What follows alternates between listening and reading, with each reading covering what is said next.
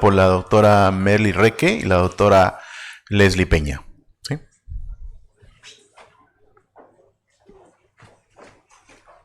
Buenas tardes. Invitamos al doctor Cole Travers.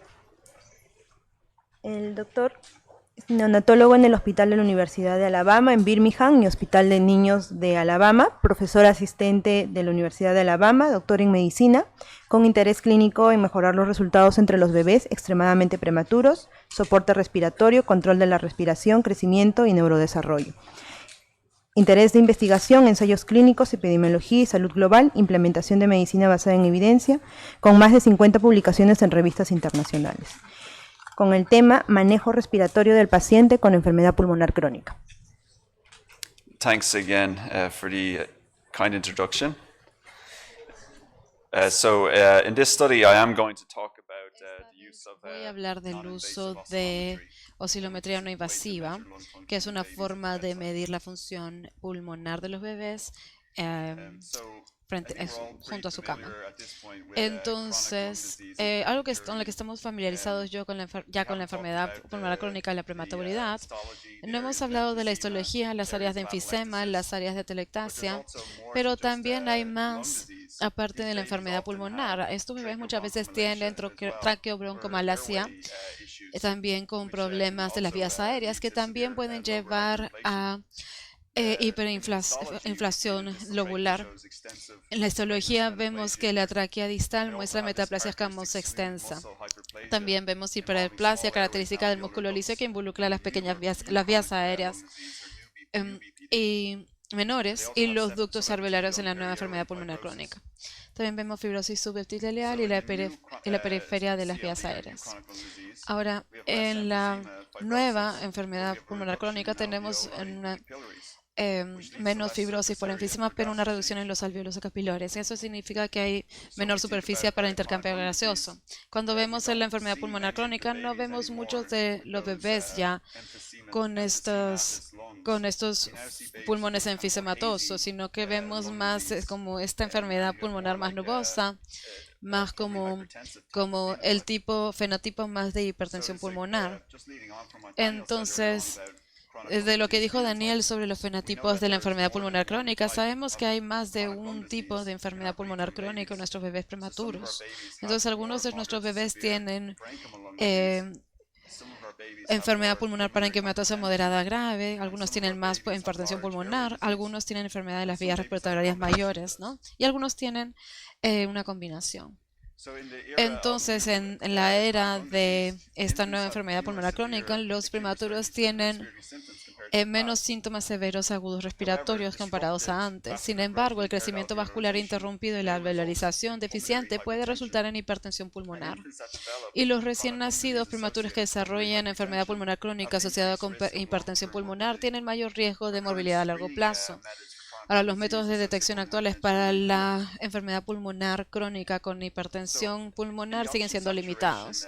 Ahora, en las pruebas de objetivo de saturación de oxígeno, han habido estudios utilizando objetivos de saturación de oxígeno más altos en el ensayo STOP-ROP de 649 prematuros con ROP preumbral. Se compararon con objetivos de saturación de oxígeno más altos de 96 a 99%, con los objetivos convencionales de 89 a 94%. Más prematuros o bebés en el grupo de alta saturación de oxígeno permanecieron hospitalizados en diuréticos y requirieron oxígeno a las 50 semanas de edad postventral en comparación con los objetivos convencionales de saturación de oxígeno. Entonces, de nuevo, esta idea de que buscar saturaciones de oxígeno más altas te pueden dar la impresión de que en realidad has tenido más bebés con enfermedad pulmonar, pero también está la sugerencia aquí de que si es que buscas otra vez saturaciones de oxígeno más altas, podrías contribuir también a la aparición de enfermedad pulmonar. Entonces, ¿cómo podemos diferenciar entre los bebés con enfermedad pulmonar crónica asociado con hipertensión pulmonar? De un modo podemos ver una señal si vemos el histograma de la saturación de oxígeno. Y en los bebés con enfermedad pulmonar crónica asociada a hipertensión pulmonar, los bebés Los bebés con hipertensión pulmonar tienen que tener más un cambio en el histograma hacia la izquierda, una desviación a la izquierda. Y a lo que me refiero es que los bebés con hipertensión pulmonar van a pasar más tiempo con saturaciones en los 80 en comparación con los bebés sin enfermedad pulmonar crónica asociada con hipertensión pulmonar. Y eso también es verdad cuando vemos a los bebés que sobrevivieron en la enfermedad pulmonar crónica asociada a hipertensión pulmonar y aquellos que no sobreviven. Entonces hay que tener cuidado al mirar los histogramas de saturación de oxígeno junto a la cama para ver si vemos una señal de si es que estos bebés pueden tener un histograma con desviación izquierda. Ahora, no voy a hablar mucho acerca del ductus arterioso persistente, pero este ha sido asociado, como sabemos, con un mayor riesgo de displasia broncopulmonar, pero no está claro aún si existe una relación causal. El cierre del ducto con indometacina o ibuprofeno no ha demostrado disminuir el riesgo de displasia broncopulmonar, pero como le dijimos esta mañana, es un problema importante con estos estudios que incluían o seleccionaban bebés para la inclusión. Ahora sabemos que el tratamiento tardío con indometacina o ibuprofeno no reduce esto. El efecto del cierre del ducto utilizando dispositivos no se conoce bien y como mencionó el doctor McNamara, se están haciendo ya estudios para responder esa pregunta sobre qué hacer con los bebés que están evolucionando con enfermedad crónica pulmonar que tienen este ductus arterioso persistente. Entonces la duración de tener un ductus abierto y enfermedad pulmonar crónica con hipertensión pulmonar recientemente se evaluó con el Dr. Gentle en Alabama y notamos que la probabilidad de displasia broncopulmonar asociada a hipertensión pulmonar o muerte aumenta a medida que se prolonga la exposición a un conducto arterioso persistente de tamaño moderado o grande. Una mayor exposición a un ductus hemodinámicamente significativo también está asociado con una mayor probabilidad de enfermedad pulmonar crónica con hipertensión o muerte. Entonces hay sugerencia de que tener un ductus abierto grande podría estar asociado con este fenotipo en particular de hipertensión pulmonar en nuestros bebés. Y solamente para volver a algunos de estos estudios, ensayos aleatorizados controlados del uso de óxido nítrico en nuestros bebés prematuros. Este metaanálisis se dividió en 3 categorías basadas en los criterios de entrada del ensayo y no se realizó en ningún metaanálisis general. Los ensayos que proporcionaron tratamiento en los primeros 3 días después del nacimiento, basados en criterios de oxigenación, no mostraron una reducción significativa en la tasa de displasia broncopulmonar. Y pueden ver que hay como una diferencia de 4% en favor al óxido nítrico. Los ensayos que proporcionaron tratamiento basado en el riesgo de BPD en los prematuros mayores de 3 días también mostraron una reducción significativa en la tasa de displasia broncopulmonar y podemos ver 6% en favor de los bebés que recibieron óxido nítrico. El tratamiento de rutina de prematuros en soporte respiratorio tampoco mostró un beneficio significativo para bebés prematuros. Y no hay diferencia en la tasa de mortalidad, aunque el riesgo de muerte o displasia broncopulmonar se acercó a la significancia en los 3 subgrupos mencionados anteriormente. Sin embargo, sabemos clínicamente, y el Dr. McNamara nos ha dado buenos ejemplos de cómo el óxido nítrico inhalado para bebés con enfermedad pulmonar crónica que está evolucionando puede ser efectivo. Cuando hacemos las pruebas junto a la cama, muchas veces vemos respuesta. Lo que no ha ocurrido todavía es que tengamos un ensayo aleatorizado controlado con óxido nítrico inhalado para bebés con enfermedad pulmonar crónica asociada con hipertensión pulmonar. Entonces, muchos neonatólogos tienden a restringir fluidos. La tasa de enfermedad pulmonar crónica no difería entre la ingesta inicial de fluidos restrictiva frente a la liberal. Pueden ver de este ensayo de Cochrane, era 0.1 4.5 en favor a aquellos restringidos. Y la dirección del efecto en los 4 ensayos incluidos en este metaanálisis fue similar y apoyó un posible beneficio. Lo que sí sabemos es que la restricción temprana de fluidos disminuye significativamente las tasas de conducto arterioso persistente hemodinámicamente significativo. Sin embargo, la restricción en la alimentación después de que se estableció la enfermedad pulmonar crónica no mostró un beneficio en un ensayo clínico aleatorizado pequeño de 60 prematuros, muy prematuros. Entonces, todavía tenemos muchas preguntas abiertas sobre cómo manejar el balance de fluidos en bebés con una enfermedad pulmonar crónica en evolución.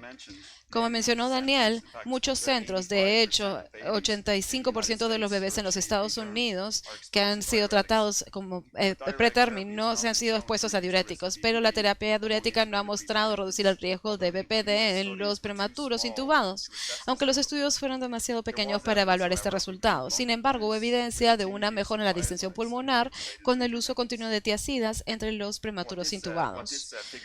Entonces, lo que muestra esta cifra de acá en la derecha, esta imagen, es que a la derecha, más o menos que en el medio ven el punto cero en que el bebé empezó con los diuréticos tiazidas, y esto muestra una tasa de episodios de hipoxemia intermitente en bebés después de empezar estos diuréticos tiazida, y pueden ver que los bebés tenían una tendencia hacia disminuir la cantidad de episodios de hipoxemia intermitente y bradicardia después de comenzar con los diuréticos tiazida.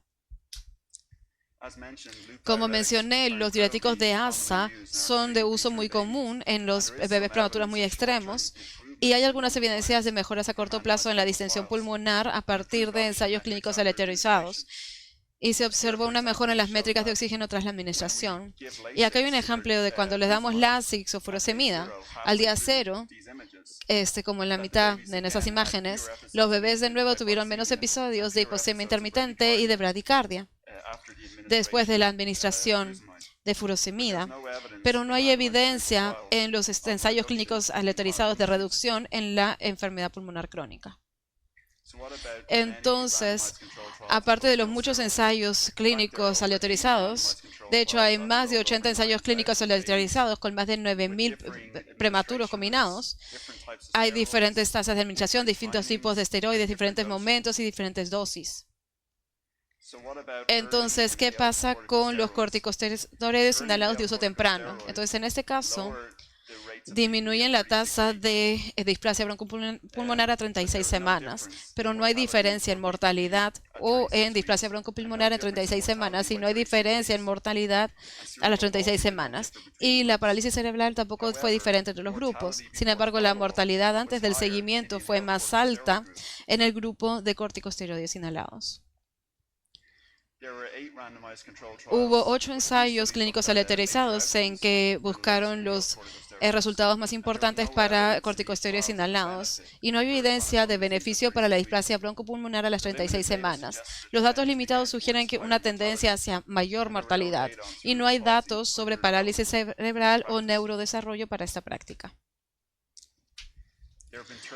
Ha habido 32 ensayos aleatorizados del uso temprano de corticoides sistémicos, 21 con dexametasona, 11 con hidrocortisona, con más de 40.000 prematuros.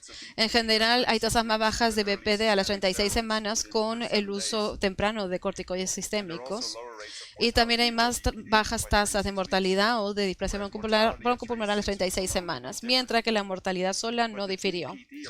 Pero la enfermedad pulmonar crónica se benefició más de dexametasona que con hidrocortisona. Y pueden ver aquí que la dexametasona tiene 19% con dexametasona en comparación con 27% con el control, mientras que la hidrocortisona realmente no fue tanto la diferencia para la prevención de la enfermedad pulmonar crónica. Pero si vemos la mortalidad, hubo un beneficio de mortalidad con la hidrocortisona más que con dexametasona. Entonces tienen que preguntar, ¿para qué los estoy usando en la primera semana? ¿Los estoy usando para reducir la enfermedad pulmonar crónica o me interesa más reducir la mortalidad?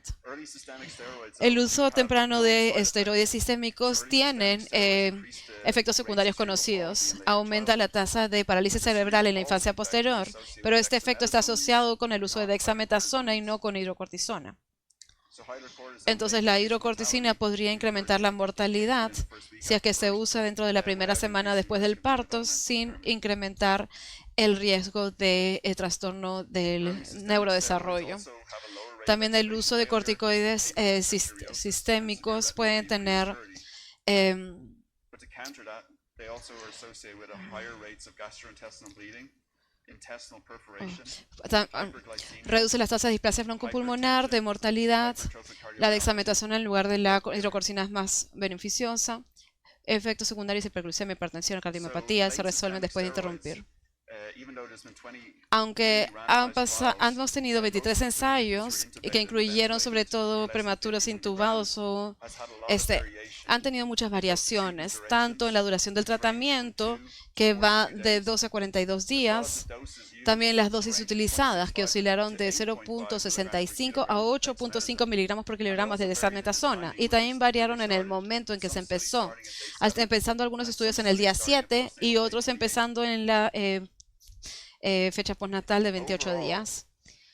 En general, el uso tardío de esteroides sistémicos reduce la tasa de displasia pulmonar a 36 semanas, reduce la mortalidad a las 36 semanas, reduce la mortalidad o displasia broncopulmonar a las 36 semanas, y este efecto es de la dexametasona, más que de la hidrocortisona. Ahora, de manera importante, las tasas de parálisis cerebral no mostraron diferencias cuando se utilizó después del día 7. common side effects Hubo efectos secundarios comunes, de nuevo, hiperglucemia, hipertensión, cardiomopatía, que se resuelven después de interrumpir los corticoides.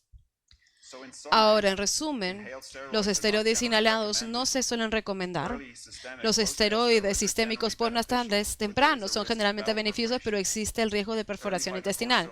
La hidrocortisona temprana puede disminuir la mortalidad. La dexametasona temprana puede reducir la displasia broncopulmonar, pero también se asocia a un incremento de riesgo de parálisis cerebral. later systemic Y la dexametasona sistémica administrada tardía es beneficiosa, pero aún hay preguntas sobre el momento óptimo, la dosis y la duración del tratamiento. What about in combination ¿Qué pasa with con surfactant? hacerlo en combinación con surfactante? Hubieron 5 ensayos con 539 prematuros que recibieron budesonida intratraqueal combinada con surfactante en Taiwán. La displasia broncopulmonar fue menor en los grupos de budesonida y surfactante. La mortalidad fue menor en los grupos de budesonida y surfactante. And there were no differences No se observaron diferencias en el deterioro del neurodesarrollo. Sin embargo, el ensayo Plus no mostró diferencias babies who received surfactant. en los bebés que recibieron surfactante versus los que recibieron surfactante con budesonida. Y ese estudio incluyó prematuros muy extremos. Y más reciente, el estudio PRIC, que tenía la combinación, pero los resultados están pendientes. So, Entonces, combined with budesonide, el surfactante combinado con budesonida no puede ser recomendado actualmente para uso clínico. so when we look at Entonces, cuando vemos la enfermedad pulmonar crónica, también hay muchas opiniones sobre cuál es la mejor manera de utilizar la ventilación mecánica en estos bebés. so we know that they have Entonces, heterogeneous vemos que hay una enfermedad pulmonar periférica heterogénea. Entonces, ¿cuál es el mejor volumen tidal para estos bebés que tienen pulmones rígidos? No tienen constantes de tiempo uniformes en comparación con los bebés que tienen síndrome de distrés respiratorio. ¿Qué tiempo inspiratorio usar? Porque no tenemos constantes de tiempo uniformes. También puede que haya enfermedades de vías aéreas mayores. Entonces, ¿qué PIP utilizamos? So there are some clues Entonces, hay algunas pistas que podemos obtener al ver los gráficos en nuestros ventiladores junto a la cama. Por ejemplo, muchos de nuestros ventiladores modernos, incluyendo aquellos que vi aquí, les van a dar un desplazamiento gráfico pulmonar. Aquí hay un ejemplo de un bebé que cada vez está siendo más sobredistendido por un volumen tidal muy alto. we call it beaky, Y vemos este pico, lo llamamos pico, ¿no?, a la derecha, en lo que el bebé cada vez se pone más distendido. how do you know if you have ¿Cómo saber si es que tienen suficiente PIP? Here's an example Entonces of a aquí baby tenemos with un ejemplo de un bebé con PIP inadecuado. we should be able to see the Deberíamos bottom of this poder row. ver la parte inferior de este, Looks like they're on a de peak este, of about, 2 or 3. de este círculo de flujo. Parece que en realidad necesitaría un PIP de 8 por ahí. Y no podemos ver porque la parte más baja de este gráfico empieza como en 8. No podemos ver la presión de abertura de los alvéolos. Entonces este bebé tiene un PIP inadecuado y probablemente le beneficiaría aumentar el PIP. Y también los ventiladores nos dan este número, el C20 sobre C. Y cuando vemos el C20 sobre C, lo que queremos lograr es un mayor número. Entonces, el número debería estar por encima de 0.8. Y si es que ven un número por debajo de esto, significa probablemente que tienen baja distensibilidad pulmonar, que probablemente se deba a que tienen un PIP inadecuado o porque están sobredistendiendo el pulmón. ¿Cómo sabemos si es que los bebés están atrapando gas? Porque no tienen suficiente tiempo para exhalar. Entonces, nuevamente, viendo los flujos en el ventilador, lo que ven aquí es un volumen normal a la izquierda, en que el bebé está logrando una inspiración completa y luego durante la exhalación retrocede de vuelta a cero. En el lado derecho vemos que hay atrapamiento de aire. El bebé completa la inspiración y luego durante la expiración vemos que no retorna a la línea base. Entonces gradualmente se va a volver cada vez más sobredistendido si es que no les damos más tiempo expiratorio. Entonces, la enfermedad pulmonar crónica establecida, bueno, es complicado. Tenemos constantes de tiempo variantes, tiene baja distensibilidad y resistencia muy alta y aumento del volumen de ventilación en el espacio muerto con sobreinflación. También, como dijo Daniela, hay edema, puede haber obstrucción. También hay un alto riesgo de infección. Pero en general tienen un riesgo de muerte relativamente bajo. Más o menos 2% de los bebés con enfermedad pulmonar crónica establecida van a morir. Pero también hay un riesgo relativamente alto de deterioro del neurodesarrollo. Entonces, hay pocas evidencias de cómo manejar a los bebés con enfermedad pulmonar crónica establecida. Es importante prevenir más daño pulmonar, evitando tiempos inspiratorios prolongados excesivos. También proporcionando PIPs adecuadas, que podrían necesitar ser más altas si es que se sospecha una broncotraqueomalacia. También la hipercapnia permisiva se puede esperar y puede ayudarnos a no sobreventilar a los bebés. Generalmente recomendamos mantener las saturaciones de oxígeno en un rango normal, pero no necesariamente en los supernormales. Tratamos de limitar la ingesta de agua y de sal. Y como mencioné, la terapia diurética es controvertida. También pueden utilizar broncodilatadores o cromolina, pero la evidencia es limitada. Ahora, Ariel va a hablar de nutrición, así que no le voy a entrar a la nutrición mucho, solo para decir que pensamos que probablemente es importante para evitar que los bebés tengan un índice de masa corporal muy alto. La infección de control y tratamiento de infecciones, vacunación, incluida virus respiratorio sincitial, esteroides, ya hemos hablado de la dosis, duración, y vasodilatadores, pues hay datos limitados para orientarlos junto a la cama. Entonces, la enfermedad pulmonar crónica es una enfermedad única. Todos los bebés probablemente tengan disminución de alveolos y capilares con una reducción en el área de superficie de intercambio de gases. Puede haber diferentes grados de broncotraqueomalacia, de hipertensión pulmonar, de enfermedad pulmonar quística y de hipoplasia pulmonar. Entonces, ¿cómo podemos hacer los fenotipos de los tipos de enfermedad pulmonar que tienen estos bebés de manera más efectiva? Hay buenos ejemplos ya han visto de cómo pueden usar el ultrasonido pulmonar, también ecocardio, también pueden utilizar tomografía, resonancia magnética. Pero, ¿qué pasa con hacer pruebas de función pulmonar en los bebés? Entonces, hasta ahora, las pruebas de función pulmonar en los bebés han sido muy difíciles de hacer. Pero aquí les muestro una imagen de un bebé que está recibiendo oscilometría no invasiva. De hecho, esto es bastante fácil de hacer en los bebés porque los bebés pasan como 22 horas del día durmiendo. Y mientras el bebé está dormido, es fácil hacer una oscilometría. Entonces, la oscilometría utiliza ondas de sonido, frecuencias de como 745 Hz, y mientras duerme el bebé les muestra una onda de sonido que casi que no la pueden escuchar y luego mide las ondas que regresan. Y así pueden medir que también funcionan los pulmones o que no estén funcionando. Les da un número general de reactantes que les habla de la rigidez pulmonar y les da la resistencia, incluyendo las vías aéreas periféricas y las centrales. que nos puede ayudar a hacer el fenotipo de qué tipo de enfermedad pulmonar tiene el bebé. Hemos hecho esta oscilometría en como 600 bebés en Alabama ya y podemos ver diferencias claras entre los grupos control, los bebés prematuros sin enfermedad pulmonar, los bebés prematuros con historia de SRD y los que tienen enfermedad pulmonar crónica. Entonces espero que esto pueda ayudar a abrir las puertas para medicinas respiratorias personalizadas. Por ejemplo, hemos hecho la prueba de furosemida junto a la cama en algunos bebés y hemos encontrado que puede mejorar la reactancia y resistencia en bebés prematuros. Lo hemos visto en estudios previos, pero también vemos que hay algunos bebés que responden muy bien al recibir furosemida y hay otros bebés que no parece que la hubieran recibido.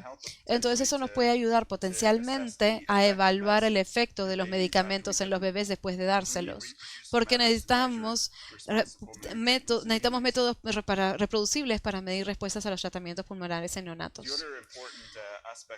Otro aspecto importante en el cuidado de estos bebés es el alto riesgo de un deterioro neurodesarrollar. Entonces, debemos dar cuidados multidisciplinarios que puede ser fisioterapia, terapia ocupacional, terapia del habla, medicina de rehabilitación, medicina pulmonar. Muchas veces dan entrenamiento y apoyo para los cuidadores y también saber el momento óptimo para la traqueostomía, el uso de tubos y sondas gastrointestinales. Es una pregunta abierta. Entonces, Curtis, él nació a las 21 semanas de gestación en Alabama, ya tiene 4 años, ya no usa oxígeno. Mostré esta imagen solamente para recordarnos que, aunque estos bebés nacieron con pulmones muy pequeños, la gran noticia es que van a crecer más sus pulmones todo el tiempo hasta que estén en su infancia temprana. Entonces, incluso para los bebés con enfermedad pulmonar, es un motivo para ser optimistas, que en lo que van creciendo, muchos de sus pulmones van a seguir creciendo y con suerte van a salir de esa enfermedad pulmonar. Y él es del libro Guinness, de hecho.